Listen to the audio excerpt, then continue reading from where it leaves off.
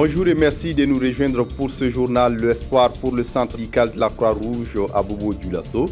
Fermé depuis quelques temps pour des raisons financières, le Japon vient de délier le cordon de la bourse pour permettre au centre de reprendre ses activités. Un soulagement certainement pour les populations bénéficiaires. Et puis, Cassena d'Afrique de l'Ouest, unissez-vous.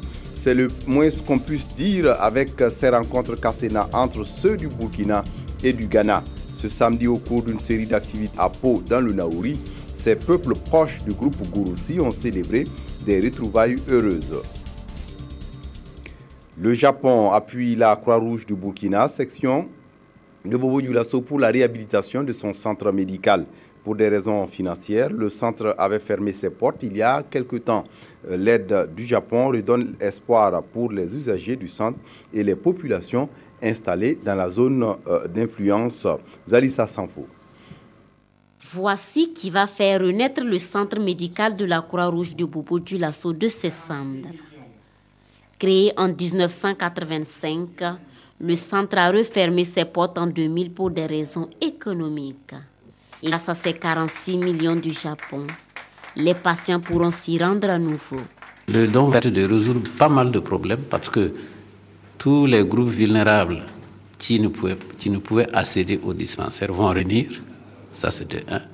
Les populations environnantes qui ne pouvaient pas aller jusqu'à Boloma côté, ont leur dispensaire à côté, ces populations vont revenir. Le centre de la Croix-Rouge de Bobo-Dioulasso est le 5e centre sanitaire à bénéficier de l'appui du Japon pour sa réhabilitation ou reconstruction. Et si le pays du soleil levant a fait le choix de la santé comme un axe important de sa coopération, ce n'est pas fortuit. Le Japon considère que fournir de meilleurs services de santé et assurer un accès plus facile de services de santé de base contribue fortement au renforcement de la résiliation de la population vulnérable. Les 46 millions octroyés ici serviront à la réhabilitation du dispensaire, du laboratoire, ainsi qu'à la construction d'un dépôt pharmaceutique, puis à l'acquisition d'équipements médicaux techniques. À Boussé, dans le Kourouéogo, une association locale mène la sensibilisation pour l'adoption des méthodes contraceptives. Elle a organisé des journées promotionnelles sur la planification familiale pour exposer les différentes méthodes disponibles et à portée des mains des populations. Aruna Mari. Espacer les naissances. C'est le message de cette journée de santé communautaire de Kourouégo organisée par l'Association pour la promotion et le développement paysan corlien APDPK. Placé sous le thème « Planification familiale égale famille épanouie », l'événement se veut une tribune pour prêcher le changement de comportement en matière de santé de la reproduction. Si vous avez toujours des femmes qui font des enfants, avec la pauvreté d'aujourd'hui, ils n'ont pas de moyens pour assurer leur éducation et ça pose problème. Si les Burkinabés aujourd'hui acceptent la planification familiale et quand on les pratique à 100%, on va voir que notre pays va se développer rapidement avec le peu de ressources que nous avons. Sur les services de santé, les indicateurs en matière de planning familial dans cette province sont en baisse. Pour convaincre la population sur le bien fondé des méthodes contraceptives, prestations de troupes et plantation de ces méthodes sont mises à contribution. Nous pensons que si les populations du Kourouégo acceptent la planification familiale, nous allons avoir des familles épanouies où il n'y aura pas de problèmes de santé, des problèmes économiques. Au cours de cette journée, des partenaires de la PDPK ont reçu des attestations de reconnaissance pour leur soutien. Les agents de santé, eux, ont invité la population à prendre attache avec les centres de santé pour plus de détails sur le planning familial afin de choisir en toute discrétion leur méthode pour espacer les naissances. Et puis après l'adoption d'un plan d'action 2016-2018 pour la promotion de l'éducation inclusive au Burkina, le secrétariat permanent du Conseil national pour la protection des personnes handicapées lance un plaidoyer pour l'éducation inclusive. Il s'agit d'aider à la prise en charge des élèves handicapés ou des enfants socialement en difficulté et mis en marge de l'éducation classique. Kadissa Nougo. Au Burkina Faso, les personnes vivant avec un handicap ne sont pas toujours prises en compte dans le système éducatif. Selon les statistiques, seulement 12,7% ont fréquenté l'école formelle. Des données qui traduisent les difficultés qu'éprouvent ces personnes à jouir pleinement de ce droit. Ces plaidoyers sur l'éducation inclusive, qui regroupe les acteurs intervenant dans le domaine de l'éducation, entrent dans le cadre des droits sociaux de ces personnes. Il vise à créer des conditions favorables à l'inclusion effective de cette frange de la population. L'éducation permet à la personne de se réaliser, de vivre dignement et d'avoir accès à l'information et à l'emploi plus tard. Et donc, il y a des dispositions qui ont été prises. Il y a des efforts consentis par les pouvoirs publics. Mais en dépit de tous ces efforts, nous constatons que l'éducation inclusive tarde à prendre ses marques au niveau du Burkina Faso à cause de nombreuses difficultés que nous constatons ça et là. Il y a l'inaccessibilité physique aux salles de classe, l'inaccessibilité géographique. Il y a aussi un manque de spécialistes en matière d'éducation inclusive. Cet atelier va analyser la situation en vue de rechercher des solutions idoines à l'inclusion des personnes handicapées dans le système éducatif burkinabé. Les enfants au cœur d'or du diocèse de Lyon en France aident à construire une école à Koupéla au Burkina Faso. Une école qui va relever l'offre d'éducation dans la localité. L'inauguration est intervenue hier en présence de Nathalie Sawadgo. 2 bâtiments de 8 classes chacun et un château d'eau, ce sont les infrastructures qui viennent d'être mises à la disposition du diocèse de Koupéla. Un don rendu possible grâce à la direction diocésaine de l'enseignement de Lyon. C'est un fruit de 3 ans de jumelage.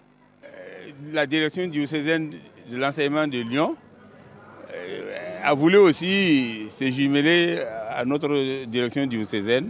Et c'est ainsi que, pour concrétiser cela, ils ont intéressé les enfants des écoles privées catholiques de Lyon. Il y a 86 000 élèves pour le diocèse de Lyon.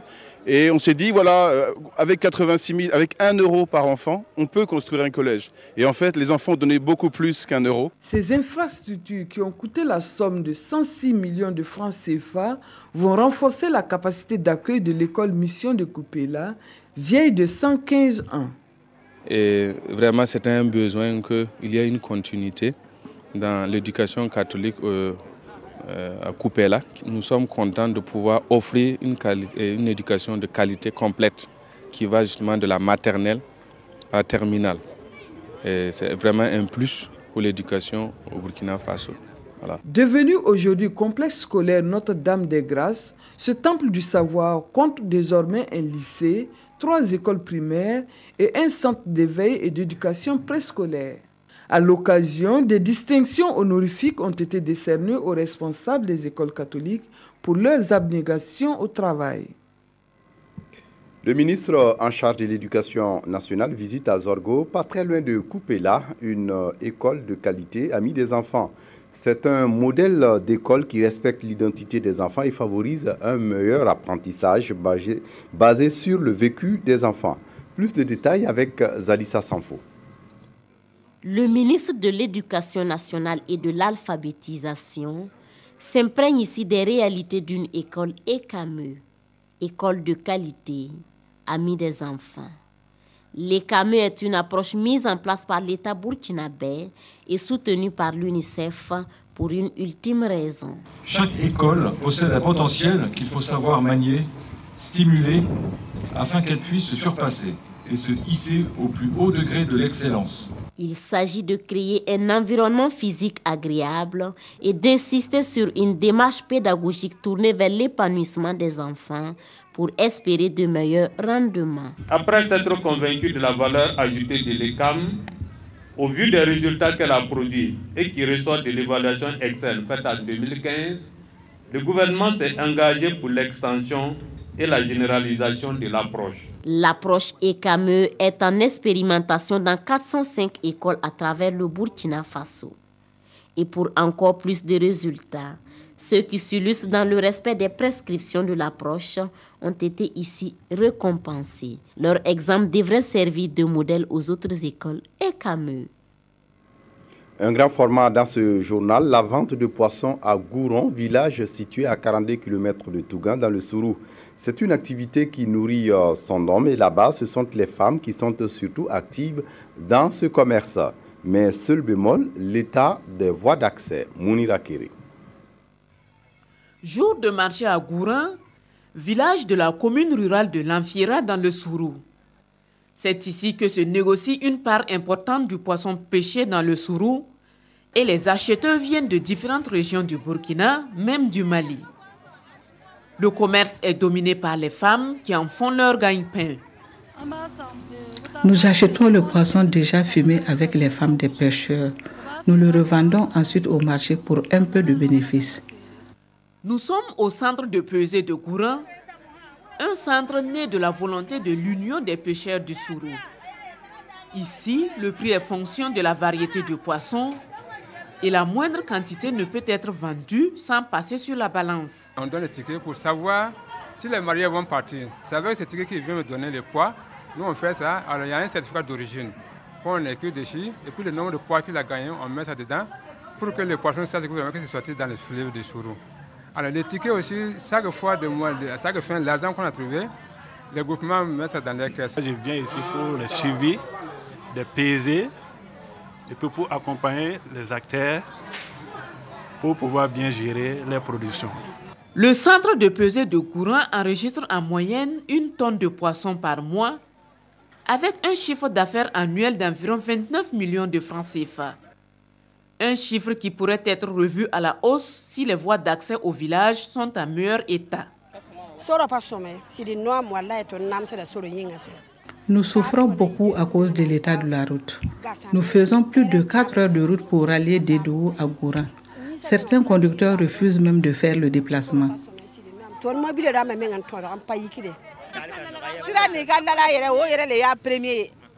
Notre première doléance est le bitumage de la route. Nous démarrons à 13h à Tougan pour arriver à 16h à Gouron. 4 heures de temps pour 42 km. Tout le Sourou est économiquement asphyxié du fait de l'état de dégradation très avancé des routes. Et à l'instar des acteurs de la filière poisson, c'est toute la population qui attend le bitume pour tirer le meilleur parti des potentialités de développement de la province du Sourou. Puisque la route du développement passe par le développement de la route. En culture, grande retrouvaille entre les Kassénans du Burkina et ceux du Ghana. Ce samedi 19 décembre à Pau, dans le Naouri, ces peuples proches du groupe Ogouroussi se sont donné rendez-vous pour des moments de partage et de rémémoration. Plusieurs activités au programme, dont une conférence sur la succession du pouvoir en pays Kasséna, des jeux de société et des prestations d'artistes. Le point avec Maxime Zango. Agressions diverses, influences persistantes, menaces de disparition, la culture Kasséna, à l'instar de bien d'autres, est à la croisée des chemins.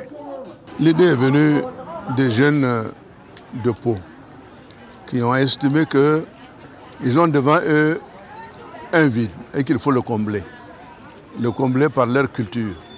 L'objectif, c'est comme son nom l'indique, c'est la sauvegarde de la culture Kasséna. Pour cette deuxième édition de la journée culturelle Kasséna, la ville de Pau a accueilli du beau monde. Issus de toutes les régions du pays, les ressortissants n'ont pas marchandé leur participation. À cela, il faut ajouter des invités de marque venus du Ghana voisin.